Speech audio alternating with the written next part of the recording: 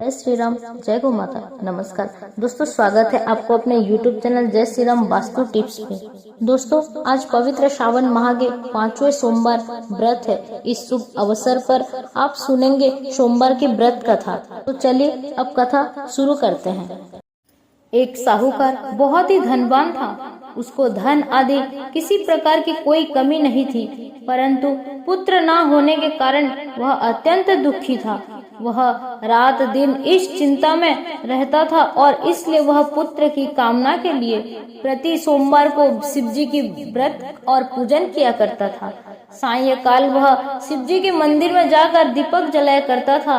उसके इस भक्ति भाव को देखकर एक समय श्री पार्वती जी ने शिवजी महाराज से कहा कि हे महाराज, यह साहूकार आपका परम भक्त है और सदैव आपका व्रत और पूजन बड़ी श्रद्धा से करता है, अतः इसकी मनोकामना पूर्ण करनी चाहिए। शिवजी ने कहा, हे पार्वती, यह संसार कर्म क्षेत्र है। जैसे किसान खेत में जैसा बीज बोता है वैसा ही फल काटता है, उसी तरह इस संसार में जो जैसा कर्म करते हैं वैसा ही फल भी भोगते हैं। पार्वती जी ने अत्यंत आग्रह से कहा कि महाराज, जब यह आपका ऐसा भक्त है और यदि इसके किसी प्रकार का कोई दुख है तो इसको अवश्य दूर करना चाहिए, क्योंकि आप तो सदैव अपने भक्तों पर दयालु हैं, इनके दुखों को दूर करते हैं। यदि आप ऐसा नहीं करेंगे तो मनुष्य क्यों आपको सेवा व्रत पूजन करेंगे। पार्वती जी का आग्रह देख शिवजी महाराज प्रसन्न होकर कहने लगे, हे पार्वती, इसके कोई पुत्र नहीं है। इसी पुत्र की चिंता में अति दुखी रहता है। इसके भाग्य में पुत्र ना होने पर भी मैं इसको पुत्र की प्राप्ति का वर देता हूँ, परंतु यह पुत्र केवल 12 वर्ष तक ही जीवित रहेगा। इसके पश्चात वह मृत्यु को प्राप्त होगा। इससे अधिक मैं और कुछ इसके लिए नहीं कर सकता। यह सब बात साहूकार सुन रहा था। इससे उसका ना कुछ प्रसन्नता हुई और ना कुछ दुख हुआ। वह पूर्वतः वैसा ही शिवजी महाराज का सोमवार का व्रत और पूजन करता रहा। कुछ काल व्यतीत हो जाने पर साहूकार की स्त्री गर्भवती हुई और 10वें महीने में उसके गर्भ से अति सुंदर पुत्र की प्राप्ति हुई। साहूकार के घर में बहुत खुशी मनाई गई, परंतु साहूकार ने उसको केवल 12 वर्ष की आयु जान कोई अधिक प्रसन्नता प्रकट नहीं की और ना किसी को वेद बताया।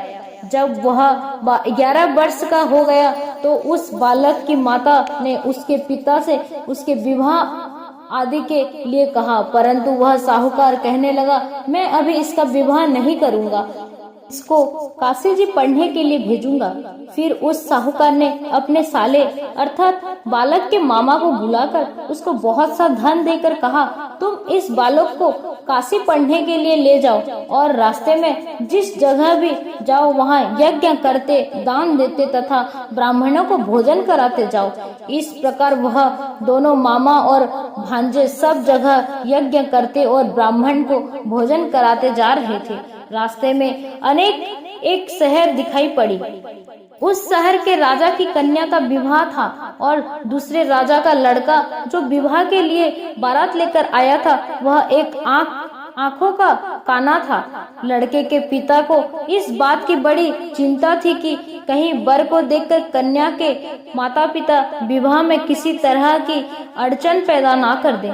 इस कारण जब उनसे अति सुंदर सेठ के लड़के को देखा तो मन में विचार किया कि क्यों ना द्वार पूजा पर इस लड़के से वर का काम ले लिया जाए। ऐसा विचार कर राजा ने उस लड़के और उसके मामा से भी कहा, तो वह राजी हो गए और साहूकार के लड़के को स्नान आदि कराकर वर के कपड़े पहना तथा घोड़ी पर चढ़ा द्वार पूजन तक ले लिया गया और बड़े शांति से सब कार्य हो गया।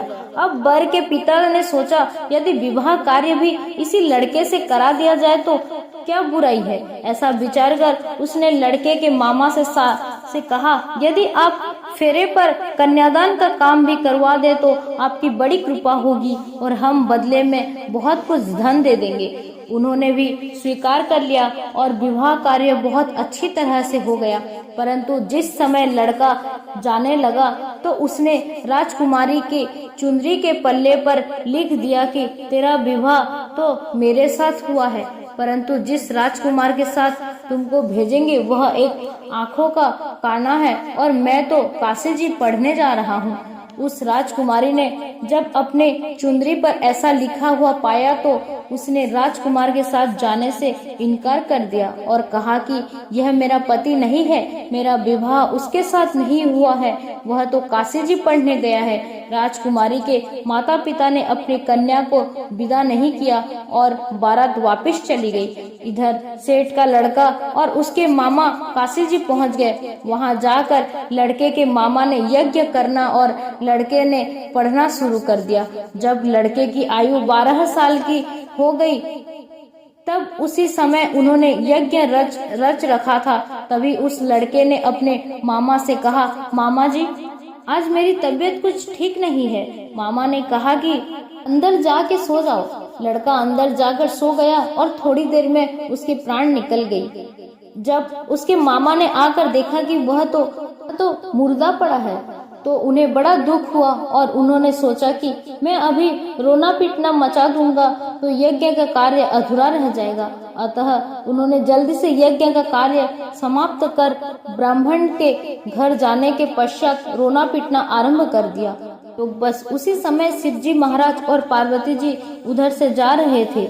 जब उन्होंने जोर जोर से रोने पीटने की आवाज सुनी तो पार्वती जी शिव जी को आग्रह करके उसके पास ले गई और सुंदर लड़के को मरा हुआ देखकर कहने लगी कि महाराज यह तो उसी सेठ का लड़का है जो कि आपके वरदान से हुआ था। शिव जी ने पार्वती जी से कहा कि इसके आयु इतनी ही थी सो भोग चुका। पार्वती जी ने कहा कि महाराज कृपा करके इस बालक को और आयु दे दो, नहीं तो इसके माता पिता तड़प तड़प कर मर जाएंगे। पार्वती के इस प्रकार बार बार आग्रह करने पर शिव जी ने उसको वरदान दे दिया और शिव जी महाराज की कृपा से लड़का जीवित हो गया। शिव पार्वती कैलाश चले गए। तब वह लड़का और उसके मामा उसी प्रकार यज्ञ करते हुए अपने घर की तरफ चल पड़े और रास्ते में उसी शहर में आए जहां उस लड़के का विवाह हुआ था। वहां पर आकर जब उन्होंने यज्ञ आरंभ कर दिया तो उस लड़के के ससुर ने उसको पहचान लिया और अपने महल में लाकर उसकी बड़ी खातिर की, साथ ही अपने लड़की और जमाई को विदा किया। जब वह अपने शहर को निकट आ गया तो उसके मामा ने कहा कि पहले मैं तुम्हारे घर जाकर खबर कर आता हूँ। उस समय उसके माता पिता अपने घर की छत पर बैठे हुए थे और उन्होंने यह प्रण रखा था कि यदि हमारा पुत्र सकुशल घर आया तो राजी खुशी नीचे आ जाएंगे, नहीं तो छत से गिरकर अपने प्राण दे देंगे। इतने में ही उस लड़के के मामा ने आकर यह समाचार दिया कि आपका पुत्र आ गया है, परंतु उनको विश्वास न आया। तब उसके मामा ने स्पर्श पूर्वक कहा कि आपका पुत्र अपने स्त्री और बहुत सारा धन लेकर आया है। तो सेठ ने बड़े आनंद के साथ उसका स्वागत किया और वह बड़े प्रसन्नता के साथ रहने लगे। इस प्रकार जो कोई भी सोमवार के व्रत को धारण करता है अथवा इस कथा को पढ़ता या सुनता है उसके दुख दूर होकर उसकी समस्त मनोकामनाएं पूर्ण होती है। इस लोक में नाना प्रकार के सुख भोग कर अंत में सदाशिव के लोक की प्राप्ति हुआ करती है। आपको हमारी इस कथा अच्छी लगी तो हमारे साथ आगे भी और ऐसी कथा सुनने के लिए बने रहिए। आपको हमारी कथा अच्छी लगी, हमारी वीडियो की जानकारी अच्छी लगी तो लाइक करें, शेयर करें, सब्सक्राइब करें। जय श्री राम, जय गौ माता।